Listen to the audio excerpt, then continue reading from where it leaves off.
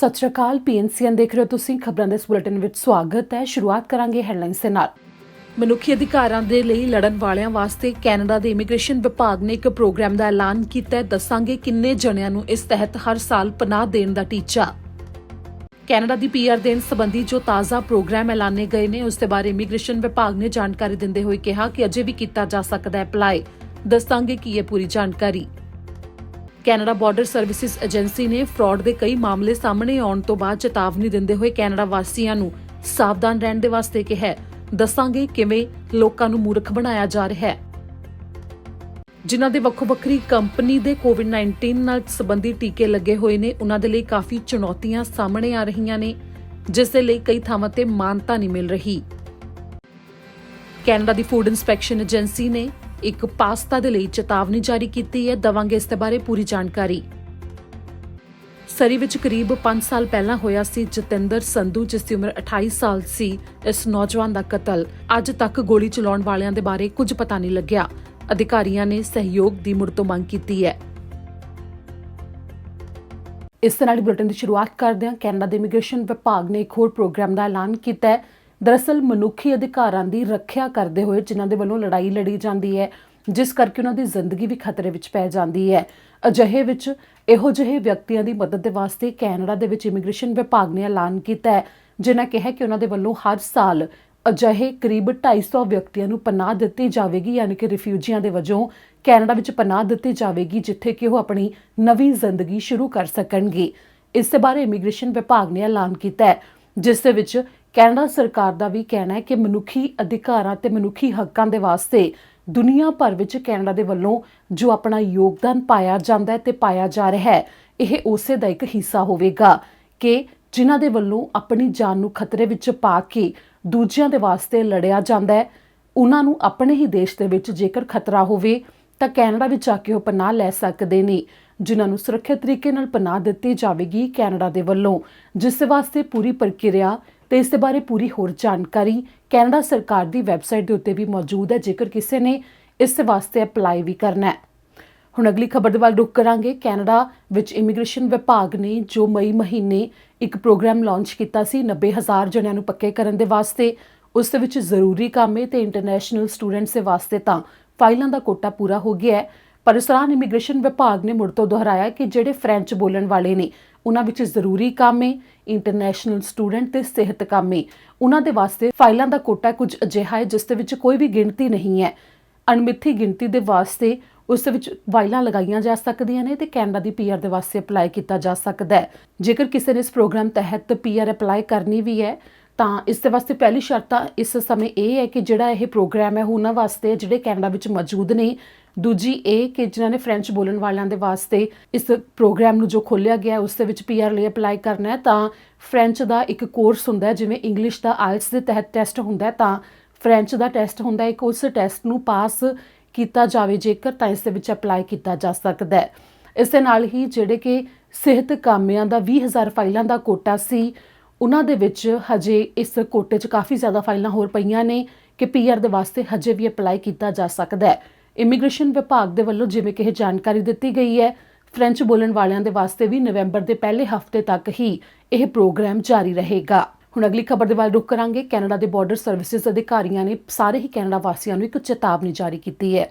ਦਰਅਸਲ ਕਈ ਸ਼ਿਕਾਇਤਾਂ ਸਾਹਮਣੇ ਆਈਆਂ ਨੇ ਜਿਸ ਦੇ ਵਿੱਚ ਲੋਕਾਂ ਨੂੰ ਫਰਾਡ ਦੇ ਸ਼ਿਕਾਰ ਬਣਾਇਆ ਜਾ ਰਿਹਾ ਹੈ ਕਿ ਉਹਨਾਂ ਨੂੰ ਜਾਂ ਫੋਨ ਜਾਂ ਈਮੇਲ ਆਉਂਦੀ ਹੈ ਜਿਸ ਦੇ ਵਿੱਚ ਇਹ ਕਿਹਾ ਜਾਂਦਾ ਹੈ ਕਿ ਉਹ ਕੈਨੇਡਾ ਦੇ ਬਾਰਡਰ ਸਰਵਿਸਿਜ਼ ਅਧਿਕਾਰੀ ਨੇ ਤੇ ਇਸ ਦੇ ਨਾਲ ਹੀ ਉਹਨਾਂ ਦੇ ਵੱਲੋਂ SIN ਨੰਬਰ ਜਾਂ ਫਿਰ ਕ੍ਰੈਡਿਟ ਕਾਰਡ ਦੀ ਜਾਣਕਾਰੀ ਤੇ ਹੋਰ ਜਾਣਕਾਰੀ ਮੰਗੀ ਜਾਂਦੀ ਹੈ, ਜਿਸ ਦੇ ਵਿੱਚ ਬਾਰਡਰ ਅਧਿਕਾਰੀਆਂ ਨੇ ਸਾਰੇ ਹੀ ਕੈਨੇਡਾ ਵਾਸੀਆਂ ਨੂੰ ਸਾਫ਼ ਤੌਰ ਦੇ ਉੱਤੇ ਕਿਹਾ ਕਿ ਕਦੀ ਵੀ ਤੁਹਾਨੂੰ ਬਾਰਡਰ ਤੋਂ ਕੋਈ ਵੀ ਅਧਿਕਾਰੀ ਫੋਨ ਕਰਕੇ ਤੁਹਾਡਾ SIN ਨੰਬਰ ਜਾਂ ਫਿਰ ਤੁਹਾਡਾ ਕੋਈ ਕ੍ਰੈਡਿਟ ਕਾਰਡ ਜਾਂ ਕੋਈ ਹੋਰ ਨੰਬਰ ਨਹੀਂ ਮੰਗੇਗਾ, ਜਿਸ ਦੇ ਵਿੱਚ ਨਿੱਜੀ ਜਾਣਕਾਰੀ ਬੈਂਕ ਖਾਤੇ ਦੀ ਤਾਂ ਕਦੀ ਵੀ ਨਹੀਂ ਮੰਗੀ ਜਾਂਦੀ।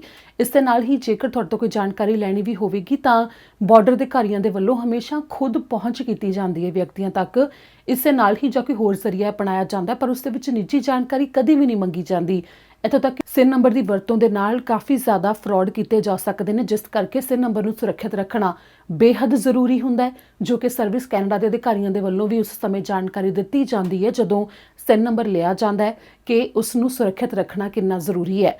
ਤੇ ਨਾਲ ਹੀ ਕ੍ਰੈਡਿਟ ਕਾਰਡ ਦੀ ਜਿਹੜੀ ਜਾਣਕਾਰੀ ਹੈ ਉਸ ਨੂੰ ਵੀ, ਜੇਕਰ ਤੁਸੀਂ ਫਰਾਡ ਤੋਂ ਬਚਣਾ ਹੈ ਤਾਂ ਜੇਕਰ ਤੁਹਾਨੂੰ ਫੋਨ ਕਰਕੇ ਸਿਰਫ ਕੈਨੇਡਾ ਦੇ ਬਾਰਡਰ ਅਧਿਕਾਰੀਆਂ ਦੇ ਵੱਲੋਂ ਖੁਦ ਨੂੰ ਦੱਸਦੇ ਹੋਏ ਹੀ ਨਹੀਂ, ਸਗੋਂ ਕਿਸੇ ਹੋਰ ਵਿਭਾਗ ਤੋਂ ਵੀ ਖੁਦ ਨੂੰ ਦੱਸਦੇ ਹੋਏ ਨਿੱਜੀ ਜਾਣਕਾਰੀ ਕੋਈ ਮੰਗੀ ਜਾਂਦੀ ਹੈ ਤਾਂ ਤੁਸੀਂ ਯਕੀਨ ਨਾ ਕਰੋ। ਇੱਥੋਂ ਤੱਕ ਕਿ ਇਹਨਾਂ ਫਰਾਡ ਕਰਨ ਵਾਲਿਆਂ ਦੇ ਵੱਲੋਂ ਖੁਦ ਨੂੰ ਅਧਿਕਾਰੀ ਦੱਸਦੇ ਹੋਏ ਤੁਹਾਨੂੰ ਡਿਪੋਰਟ ਕੀਤੇ ਜਾਣ ਦੀ ਧਮਕੀ ਵੀ ਦਿੱਤੀ ਜਾ ਸਕਦੀ ਹੈ, ਤੁਹਾਨੂੰ ਜੇਲ੍ਹ ਭੇਜਣ ਦੀ ਧਮਕੀ ਵੀ ਦਿੱਤੀ ਜਾ ਸਕਦੀ ਹੈ, ਜਾਂ ਫਿਰ ਬਹੁਤ ਜ਼ਿਆਦਾ ਫਾਈਨ ਪਾਉਣ ਦੀ ਧਮਕੀ ਵੀ ਦਿੱਤੀ ਜਾ ਸਕਦੀ ਹੈ। ਇਸ ਨੂੰ ਨਾ ਮੰਨਿਆ ਜਾਵੇ, ਕਿਉਂਕਿ ਕਦੀ ਵੀ ਕੋਈ ਅਧਿਕਾਰੀ ਤੁਹਾਨੂੰ ਫੋਨ ਕਰਕੇ ਨਾ ਤਾਂ ਧਮਕੀ ਦੇਵੇਗਾ ਤੇ ਨਾ ਹੀ ਤੁਹਾਡੇ ਵਾਸਤੇ ਜਿਹੜਾ ਕੋਈ ਨਿੱਜੀ ਜਾਣਕਾਰੀ ਹੈ ਉਹ ਮੰਗੇਗਾ।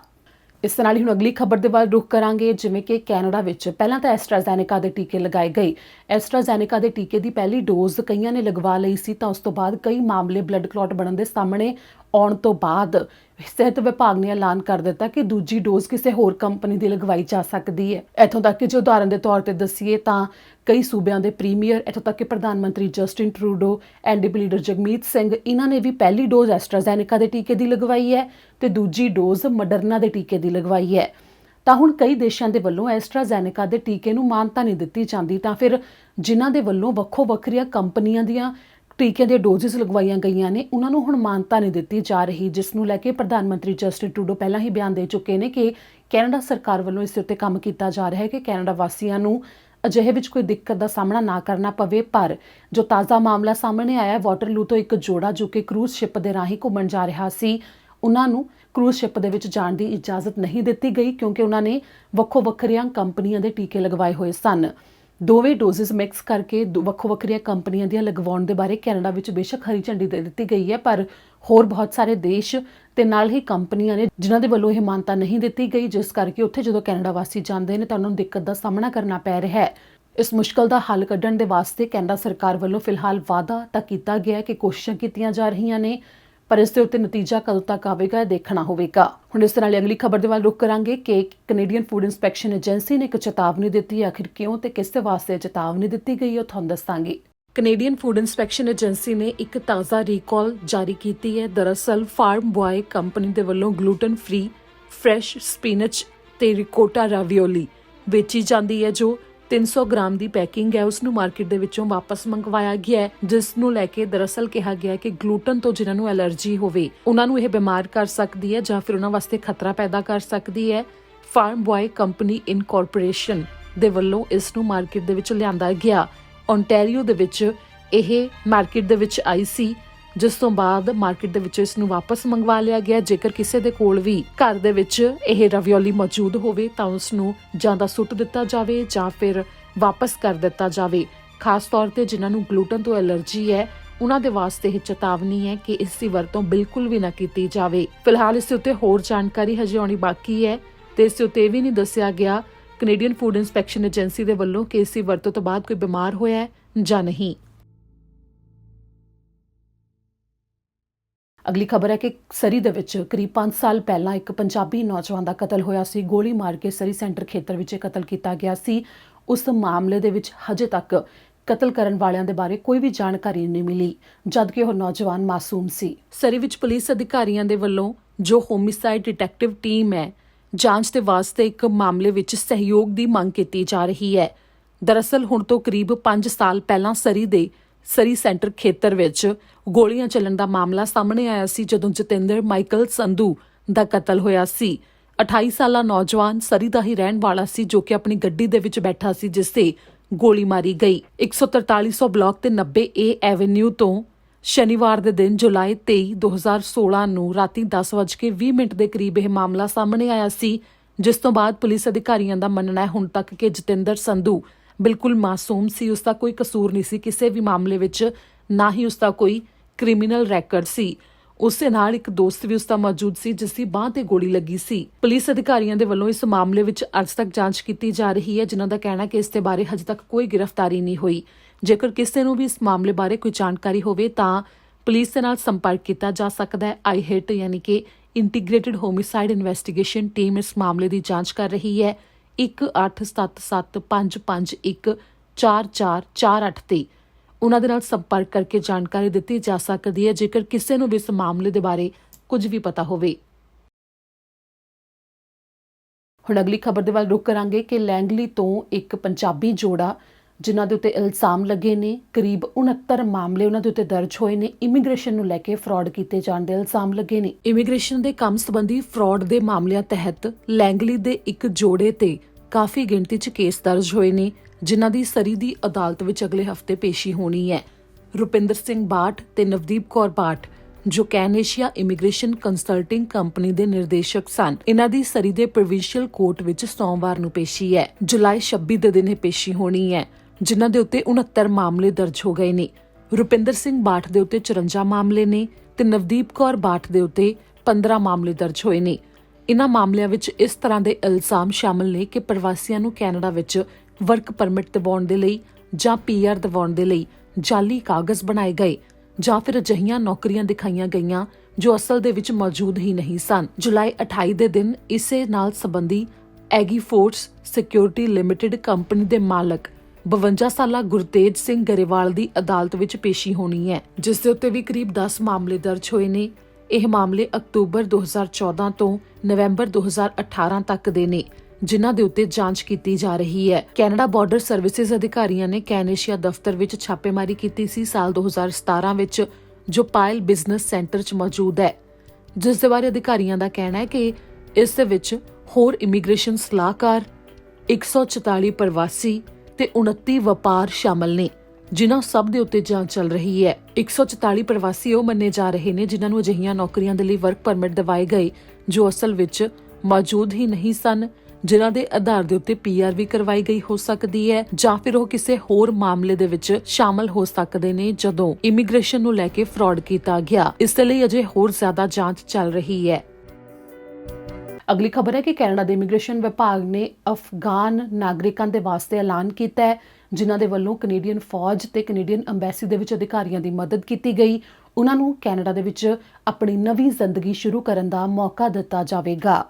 ਕੈਨੇਡਾ ਨੇ ਅਫਗਾਨ ਨਾਗਰਿਕਾਂ ਦੇ ਲਈ ਇੱਕ ਵੱਡਾ ਐਲਾਨ ਕੀਤਾ ਹੈ। ਕੈਨੇਡਾ ਸਰਕਾਰ ਦਾ ਕਹਿਣਾ ਹੈ ਕਿ ਅਫਗਾਨਿਸਤਾਨ ਵਿੱਚ ਉੱਥੋਂ ਦੇ ਨਾਗਰਿਕਾਂ ਨੇ ਕੈਨੇਡਾ ਦੀ ਫੌਜ ਤੇ ਕੂਟਨੀਤਿਕਾਂ ਦੀ ਕਾਫੀ ਮਦਦ ਕੀਤੀ ਹੈ, ਜਿਨ੍ਹਾਂ ਨੇ ਆਪਣੇ ਆਪ ਨੂੰ ਖਤਰੇ ਵਿੱਚ ਪਾ ਕੇ ਉਹਨਾਂ ਦੀ ਮਦਦ ਕੀਤੀ। ਪਿਛਲੇ ਇੱਕ ਦਹਾਕੇ ਦੌਰਾਨ ਕਰੀਬ 800 ਅਫਗਾਨ ਨਾਗਰਿਕ ਕੈਨੇਡਾ ਵਿੱਚ ਮੁੜ ਤੋਂ ਆਪਣੀ ਜ਼ਿੰਦਗੀ ਨੂੰ ਸ਼ੁਰੂ ਕਰ ਸਕੇ ਨੇ, ਪਰ ਅਜੇ ਵੀ ਕਈ ਉੱਥੇ ਹੀ ਮੌਜੂਦ ਨੇ, ਜਿਨ੍ਹਾਂ ਵਿੱਚੋਂ ਕਈ ਤਾਲਿਬਾਨ ਦਾ ਨਿਸ਼ਾਨਾ ਵੀ ਬਣੇ ਕਿਉਂਕਿ ਉਹਨਾਂ ਦੇ ਵੱਲੋਂ ਫੌਜ ਦੀ ਮਦਦ ਦਾ ਜੋ ਕੰਮ ਕੀਤਾ ਗਿਆ, ਜਿਸ ਦੇ ਲਈ ਕੈਨੇਡਾ ਸਰਕਾਰ ਨੇ ਐਲਾਨ ਕੀਤਾ ਹੈ ਕਿ ਉਹਨਾਂ ਦੀ ਮਦਦ ਲਈ ਜਿਨ੍ਹਾਂ ਨੇ ਆਪਣੀ ਜ਼ਿੰਦਗੀ ਨੂੰ ਖਤਰੇ ਵਿੱਚ ਪਾਇਆ, ਉਹਨਾਂ ਨੂੰ ਕੈਨੇਡਾ ਵਿੱਚ ਆਉਣ ਦਾ ਮੌਕਾ ਦਿੱਤਾ ਜਾਵੇਗਾ। ਇੱਕ ਨਵੇਂ ਪ੍ਰੋਗਰਾਮ ਦਾ ਇਮੀਗ੍ਰੇਸ਼ਨ ਵਿਭਾਗ ਨੇ ਐਲਾਨ ਕੀਤਾ ਹੈ ਜੋ ਅਫਗਾਨ ਨਾਗਰਿਕਾਂ ਨੂੰ ਕੈਨੇਡਾ ਵਿੱਚ ਨਵੀਂ ਜ਼ਿੰਦਗੀ ਸ਼ੁਰੂ ਕਰਨ ਦਾ ਮੌਕਾ ਦੇਵੇਗਾ। ਮਦਦ ਦੇ ਲਈ ਕੰਮ ਕਰਨ ਵਾਲੇ ਜੋ ਨਾਗਰਿਕ ਖਤਰੇ ਦੇ ਉੱਤੇ ਨੇ, ਉਹਨਾਂ ਦੀ ਕੈਨੇਡਾ ਮਦਦ ਕਰੇਗਾ। Global affairs Canada, department of national defence, ਇਹਨਾਂ ਵਿਭਾਗਾਂ ਦੇ ਵੱਲੋਂ ਅਜਿਹੇ ਅਫਗਾਨ ਨਾਗਰਿਕਾਂ ਦੀ ਪਛਾਣ ਕੀਤੀ ਜਾ ਰਹੀ ਹੈ ਜਿਨ੍ਹਾਂ ਨੇ ਮਦਦ ਕੀਤੀ ਤੇ ਉਹਨਾਂ ਨੂੰ ਇਸ ਪ੍ਰੋਗਰਾਮ ਦੇ ਵਿੱਚ ਸ਼ਾਮਲ ਕੀਤਾ ਜਾਵੇਗਾ। ਇਸ ਦੇ ਵਿੱਚ ਉਹਨਾਂ ਨੂੰ ਵੀ ਸ਼ਾਮਲ ਕੀਤਾ ਜਾਵੇਗਾ ਜਿਨ੍ਹਾਂ ਨੇ ਕੈਨੇਡਾ ਦੀ ਫੌਜ ਦੇ ਲਈ ਅਫਗਾਨਿਸਤਾਨ ਦੇ ਵਿੱਚ ਭੋਜਨ ਬਣਾਉਣ, ਡਰਾਈਵਰ ਵਜੋਂ, ਸਫਾਈ ਕਰਮਚਾਰੀ ਦੇ ਵਜੋਂ, ਨਿਰਮਾਣ ਦਾ ਕੰਮ ਕੀਤਾ, ਜਿਨ੍ਹਾਂ ਨੇ ਸੁਰੱਖਿਆ ਦੇ ਲਈ ਕੰਮ ਕੀਤਾ ਤੇ ਹੋਰ ਕੰਮ ਕੀਤੇ ਨੇ, ਜਿਨ੍ਹਾਂ ਦੇ ਵੱਲੋਂ ਕੈਨੇਡਾ ਦੀ ਅੰਬੈਸੀ ਦੇ ਲਈ ਵੀ ਕੰਮ ਕੀਤਾ ਗਿਆ ਉੱਥੇ। ਇਹ ਸਾਰੇ ਕਾਮੇ ਤੇ ਇਹਨਾਂ ਦੇ ਪੂਰੇ ਪਰਿਵਾਰ ਕੈਨੇਡਾ ਲਿਆਂਦੇ ਜਾਣਗੇ। ਕੈਨੇਡਾ ਸਰਕਾਰ ਦੇ ਵੱਲੋਂ PR ਲੈਣ ਦੇ ਲਈ ਜਿਸ ਯੋਗਤਾ ਦੇ ਰਾਹੀਂ ਲੰਘਣਾ ਪੈਂਦਾ ਹੈ, ਖਾਸ ਕਰ security check, criminal record check ਤੇ ਸਿਹਤ ਸੰਬੰਧੀ ਜਾਂਚ, ਇਹਨਾਂ ਸ਼ਰਤਾਂ ਨੂੰ ਤਾਂ ਪੂਰਾ ਕਰਨਾ ਹੀ ਪਵੇਗਾ, ਜਿਸ ਤੋਂ ਬਾਅਦ ਇਹਨਾਂ ਨੂੰ ਨਵੀਂ ਜ਼ਿੰਦਗੀ ਸ਼ੁਰੂ ਕਰਨ ਦਾ ਕੈਨੇਡਾ ਵਿੱਚ ਮੌਕਾ ਦਿੱਤਾ ਜਾਵੇਗਾ। ਜਿਸ ਦੇ ਬਾਰੇ ਕੈਨੇਡਾ ਸਰਕਾਰ ਨੇ ਕਿਹਾ ਕਿ ਸੁਰੱਖਿਆ ਦੇ ਮੱਦੇਨਜ਼ਰ ਇਹ ਨਹੀਂ ਦੱਸਿਆ ਜਾਵੇਗਾ ਕਿ ਆਖਿਰ ਕਿਹੜੇ ਅਫਗਾਨਿਸਤਾਨ ਤੋਂ ਨਾਗਰਿਕ ਨੇ ਜਿਨ੍ਹਾਂ ਨੂੰ ਕੈਨੇਡਾ ਲਿਆਂਦਾ ਗਿਆ ਹੈ, ਤੇ ਨਾਲ ਹੀ ਇਹ ਵੀ ਨਹੀਂ ਦੱਸਿਆ ਜਾਵੇਗਾ ਕਿ ਕਿਵੇਂ ਤੇ ਕਦੋਂ ਉਹਨਾਂ ਨੂੰ ਕੈਨੇਡਾ ਵਿੱਚ ਲਿਆਂਦਾ ਜਾ ਰਿਹਾ ਹੈ। ਇਸ ਨਾਲ ਹੀ ਅੱਜ ਇਸ ਬੁਲੇਟਿਨ ਵਿੱਚ ਇੰਨਾ ਹੀ। ਮੈਨੂੰ ਦਿਓ ਇਜਾਜ਼ਤ। ਸਤਿ ਸ਼੍ਰੀ ਅਕਾਲ।